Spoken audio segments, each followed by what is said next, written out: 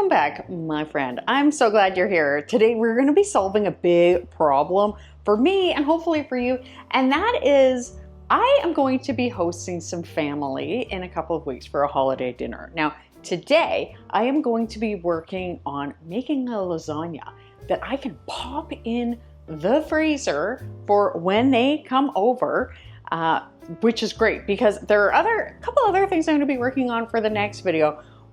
The other thing is I get to put dinner in the oven today as well. So this is just really killing two birds with one stone, and I'm so excited that you are here. So first I'm gonna get the pasta dough ready, and then we're going to make the sauce. Don't get impatient when doing this. I used to, and then you will end up with a gigantic mess. It will spill out, the dam will break. If we've never met before, my name is Robyn and I love simple living. This is my cooking channel. I have another one called Minimalist Home. And on this one, I love to just slow down and create some meals from scratch. And this pasta is one of those things, but I'll tell you in a second what you can do. Just stand like this. It's my tough girl way of making pasta. It's so easy. It's just not the easiest thing. 4 ingredients. You literally don't need a mixer. You could use a mixer. You don't even need this, but I like it. I like to keep my hands clean if I can. Look at that. It's getting a little ragged. It is going to continue absorbing. So what I'm going to do is get my plastic wrap out because this is going to rest for a little bit before we roll it out. So of course you can just use regular boxed pasta too if you want for your lasagna. You can just cook it ahead of time and use it in the recipe, and I will place a link for my delicious lasagna recipe down below. Now if it's ever too dry, you can add like a tablespoon of water at a time. But you really don't want to overdo it. However, the flour is going to continue absorbing, but I'm actually just doing half a tablespoon. Okay, so I still have a few little, very small onions from my garden and was like, all right. So I just cleaned up some over by the sink. Show you a quick video. And this is the last little one that needs to be peeled, and then I'm gonna chop them up, and these puppies are hard on the old eyes. And then I'm going to put them in with my meat, and we're gonna get this sauce coming, and it is going to be so good. If you have grown onions before, let me know in the comments. We use onions constantly. I mean, I bet you, if you do any kind of scratch cooking at all, use onions. But when I started mine, I just started them far too late. So most of them are very small, but that doesn't mean we can't use them. It's just more work to peel so many small ones. Now I'm doubling this recipe because I want to make like a huge lasagna and just a little one. So I am just if you're doing this recipe, of course I will link it below, but just recognize that the volume might look high, and that is because oh, my eyes. Oh, okay, I'm gonna get the stove on. The reason why I am cooking this lasagna is because we are having family get together, and in the past I have made appetizers, but I realize it's very hard to make a lot of appetizers for even like 10 people, at least I found, from scratch. And I thought, you know what? I'm going to still make appetizers and I'm still gonna make some treats. Instead of just appetizers, why not just have some lasagna too, so people can load up on that. Lasagna is so yummy. And this one with the homemade dough is also really good. Homemade pasta. So just like cooking up a regular sauce, and this is such a great recipe, and I made a huge batch and it was good to have. All right, obviously we're going to need some garlic. So this is some of that garlic that I freeze dried earlier, and you can see it's starting to get kind of old, so obviously cutting that part off. That's why I freeze dried it, and I could use my freeze dried, but I thought, well, why not? Let's do this. I don't know where my brain was. This is stuff from the garden that I had downstairs. This is not the freeze-dried garlic. Instead, I love using the freeze-dried garlic for any old recipe. Just like, it's in a jar, it's already minced, and I just throw it in. It's super good, it's super easy. But in this case, it's just your regular old chopping up garlic, no problem. So I don't know why. I guess I just had my freeze dryer on my mind. We had recently freeze-dried some milk, my husband and I did, and it is awesome. We took it on a recent trip that we took down to Victoria to look at the Christmas lights. And what I realized is when you are rehydrating freeze-dried milk, what you do is you don't add boiling water, but add some hot water. And I didn't like measure or anything. I just rehydrated it for the purposes of my tea because I am addicted to tea. While that cooks, I'm gonna make some tea and have a protein cookie.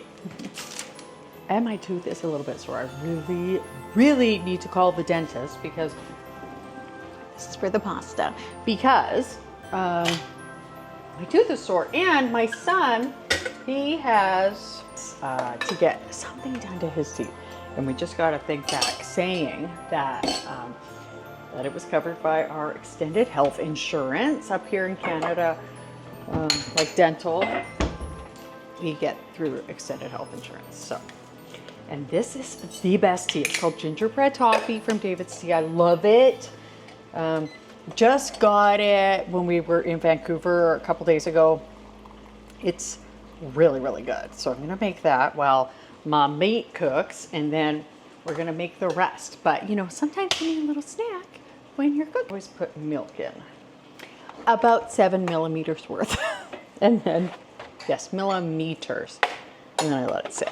So now I need to add some basil, and I have some freeze-dried basil that I harvested from my greenhouse in the summer. Oh, I almost missed my garden, but I'm not quite recovered enough. But I'm gonna go ahead and put in some fresh-ish. Pretty good. There we go. Perfect. And I add the herbs because it will help them bring some flavor in before I add in the rest of the sauces, which I now need to open up the cans because I'm gonna go ahead and use some canned tomato products. I mean, technically, it's usually like spices we're trying to wake up, but I do like to give herbs just that little bit of extra time cooking before adding the other stuff. Now we're gonna open this. I like this can opener the most, but it's a little awkward. And I really feel bad for my poor left-handed child. The world was just not meant for left-handed people. If you're left-handed, tell me. My poor child, I'll tell you something. I used to give him like scissors, of course. And I remember when he was like in kindergarten and that they would be like, yeah, he's really got to work on his cutting. And I was like, all right. So I'd like give this child who's a left-handed scissors. Like, how did I not know? I mean, I was like, wow, he's left-handed. That's so interesting because like he's the only person in our family that's left-handed. Like, I don't know any aunts and uncles that are left-handed. This poor kid, I was giving him the wrong scissors. And then not long ago, I had to use some scissors. So I bought him some scissors, and I decided I was going to, or I needed some scissors, so I was using his, and I was like, oh my gosh, this is so hard, poor guy. Okay, I'm gonna drain the fat off of this. I should have done that before the herbs, but you know, whatever, don't worry, the recipe will be good.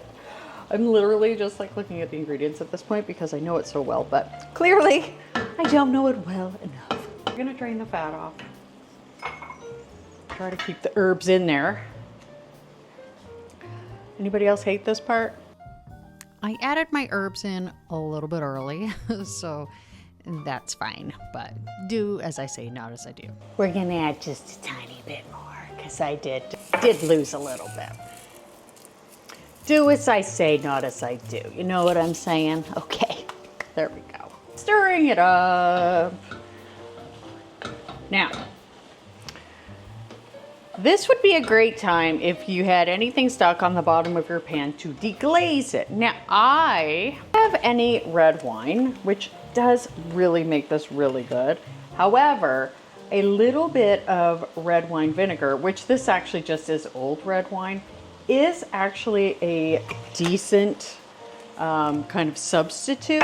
So I'm going to do that, and then I'm going to add the tomato paste, because it's really good if we can just kind of like brown the tomato paste a tiny bit, which again, it really helps bring out sort of like a more caramelized, yummy tomato flavor. And this, even though I am making this for a holiday meal, completely untraditional, this is such a good thing to have any time of the year. And if you even just make half of it, freeze it in little sections, you have got a great easy dinner. And again, it's not hard, right? Like, you saw me make the pasta, which was super duper easy. And this part is actually really easy too. Rolling out the pasta takes a little bit, but it's actually really fun. So anyway, now I have got my paste in there. I'm going to stir it around and just brown it a tiny bit. Then I'm going to have my tomatoes at the ready, because this might start to stick to the bottom as well. And it just stirring often, not constant, but often is what I find is good in this sitch. I'm curious if there are any holiday meals that were cooked around the house when you were a kid, or that you cooked, or whatever. I'm just curious about sort of like traditions. And for me, it's funny because I remember very clearly my grandma would make sausage rolls, probably because they fed a lot of people. They were really good. Actually, a pretty healthy, high protein meal. There was rice in them, but not a ton, and tons of, like, of course, cabbage and protein from the meat and tomatoes from the tomato sauce. Like, just it's funny. I'm laughing because as a child, I hated it. It made me like angry. I did not like the smell of the cabbage or any of that. But now I have such fond memories, and my dear grandma, who I mentioned before, is still alive. She's 90. I need to get over there and ask her what the heck the recipe is, because I asked my mom and my aunt and they were like, oh, she probably just has it memorized. So like, I probably should like go and do that today. Oh, my little tree. Let's turn it on. Okay, can you see it? All right, let's shred some cheese. I hate this job. Usually I get my family to do it for a couple reasons. I hate it. Number one, it's boring. And number two, I had to have surgery on my thumb. I will tell you that story while I do this. And I actually would do the voiceover for this, but I'm going to tell you now because I need to show you. So anyway, I was riding my bike. This was like, oh my gosh, almost 10 years ago. I was riding my bike and I was going down the road and a garbage truck came and I'm just remembering some of the stuff he said. But anyway, garbage truck came. Here I am riding my bike. He comes and he goes like this. And then he backs up into a driveway. So I had slowed down because he's backing into the driveway. And then I kept going. He pulls out. I had to slam on my brakes. I fell off my bike and I got what in the emergency nursing world or emergency medicine we call skier's thumb, where it goes like this. And it actually like tore the capsule in my thumb. And I didn't have any witnesses, unfortunately. There were people there, but I was like kind of surprised. Like, you're just not expecting it. So anyway, I didn't have any witnesses. And I ended up finally calling the city. And they were like, oh, he said that you were like riding your bike really wobbly and blah, blah, blah. And I'm like, well, okay, even if I was, which I wasn't, even if I was, he cut me off. Anyway, bad memories. But yes, I have a messed up thumb as a result. So I kind of have to hold things funny. It really messed up starting IVs in nursing, which made me so sad. Okay, my husband usually cuts this. I'm going to do that. Also, with my height, using this on the table, it's easier to get a little bit of like downward force going here. Oh, this is so hard on the shoulder. We are almost there. All right. Just about done. Now it's time to do the pasta. Let's talk through using the pasta roller. And if you are not going to use a pasta roller, no problem. Just hang with me. It's still sort of a fun process to watch. And it is a very fun process to do. As it's like being a child playing with Play-Doh, but it's like utilitarian and it makes sense. So I have this little pasta roller. I got it from Amazon. I'll try to link it below. Occasionally things aren't still there, but I think this is like a normal brand. I think it's Atlassian. I'm going to make this the widest, which is 0. Starting to be a bit suspicious about cooking in foil. However, I am going to pre-freeze this, wrap it in foil, and then take it out of the foil when I cook it. So good.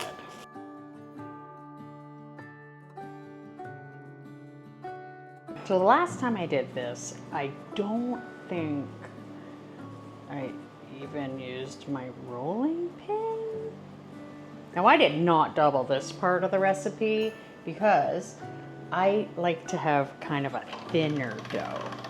So what I did was I put some flour on my work surface. You wouldn't necessarily have to, but I do like to sort of flour my dough. And you can see, you can actually put it in quite thick. It was about an inch-ish thick before I did the first pass through at the 0 size. So every time you do another size, you do it twice. So I've done that one once.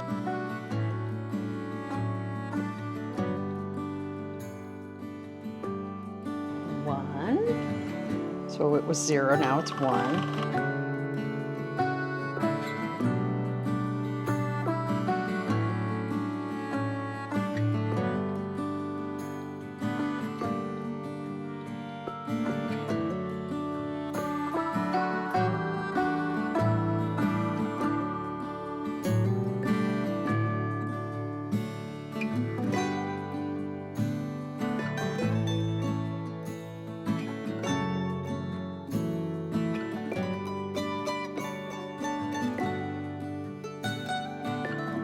So I'm going to stay at level 5. This is the last. And this is actually just the big lasagna one. I might do 4 layers. Look at that. Woo. Okay, now to assemble. Okay, so now what I want to do is, you've probably seen ricotta or cottage cheese in lasagna recipes before. However, I thought what I would do is make more of just like a creamy sauce with my lasagna, just stirring my sauce. Make a creamy sauce with my lasagna, but just out of cottage cheese, because cottage cheese is so high in protein. I have the song of the Island of Misfit Toys in my head right now because that's my playlist. Okay, yeah, I'm gonna do all of it. How do you do when Christmas Day is here? All right, here we go. I am gonna add, just stir, a tiny bit of pepper and salt. Tempted to add an egg. I mean, I don't need to go protein crazy here, but no, I'm not gonna add an egg. Yeah, that would make it too firm. So we're not gonna add an egg. What I will do is add some pepper just from here. And then I'm just gonna whip it up and smooth it out. I just like the smoothie setting for a lot. Okay, so we're gonna assemble it now. I decided to thicken up my sauce just a tiny bit. Ugh. And it's much better. Now I'm just going to put a little bit in the bottom. I know quite often we put like half the sauce in the bottom, but trust me, we're doing multiple layers here, friend, and it is amazing. And I also did put a tiny spray of the avocado oil on the bottom just to make it easier to pop out, hopefully, because I am freezing it in this foil in this pan, and then I'm going to, once it's frozen, I'm gonna take the pan out, leave the, like wrap up the lasagna, put it in the fridge, and then, or the freezer. And then when it's frozen, I'm ready to cook it. I'm going to take it out, hopefully. I've got the oil in there.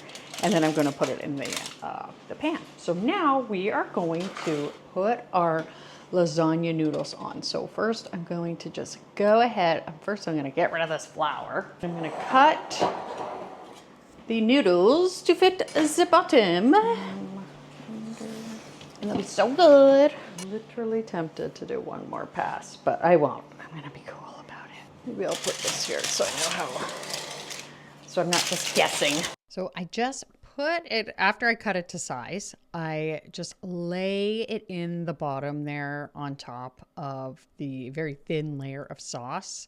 And it is so good. Like, it's just a thin dough. It's delicious. So I've got the noodles in there. Now I'm going to put some of my cheese sauce.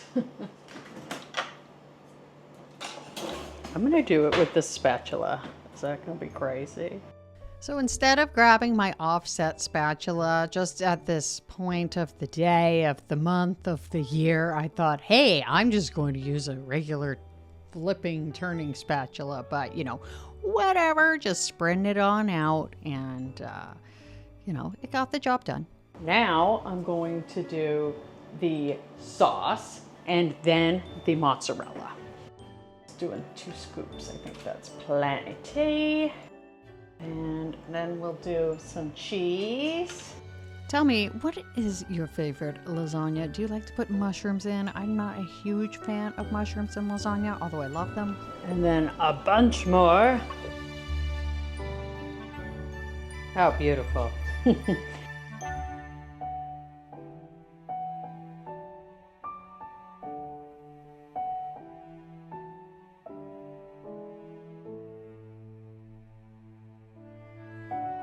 Right, so now this is ready to go. I can wrap it up and freeze it, but now it's time to make our dinner. So if you plan on cooking something in a vessel, you can freeze it in that vessel. I have done that with soup and just put a Ziploc bag or whatever in the pot, poured, like the pot I plan on cooking in later, pouring it in the bag, freezing it in there, and then you can take it out of the pot and just leave it frozen in the bag. And then when it's time to cook, you just pop it on back into that pot. Sometimes you have to melt it like slightly, but it works out really well.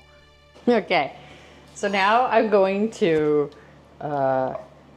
just do a really thin layer of pasta. So I'm going to actually put this through one more time. It starts getting warped if you're not careful. And that is what is happening.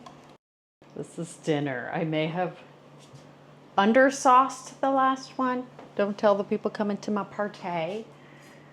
And now we're going to put the rest of the pasta in this one. And hopefully I can make this a triple layer too. But this one's less of a priority because, you know, it's just for my family, just for the people I love the most in the world. So I got out my offset spatula, which is what I should have been using in the first place. But sometimes when you're making a video, you're just not thinking. Okay, so I still have a little bit of sauce left. This is the problem when you double recipes, is sometimes you don't know.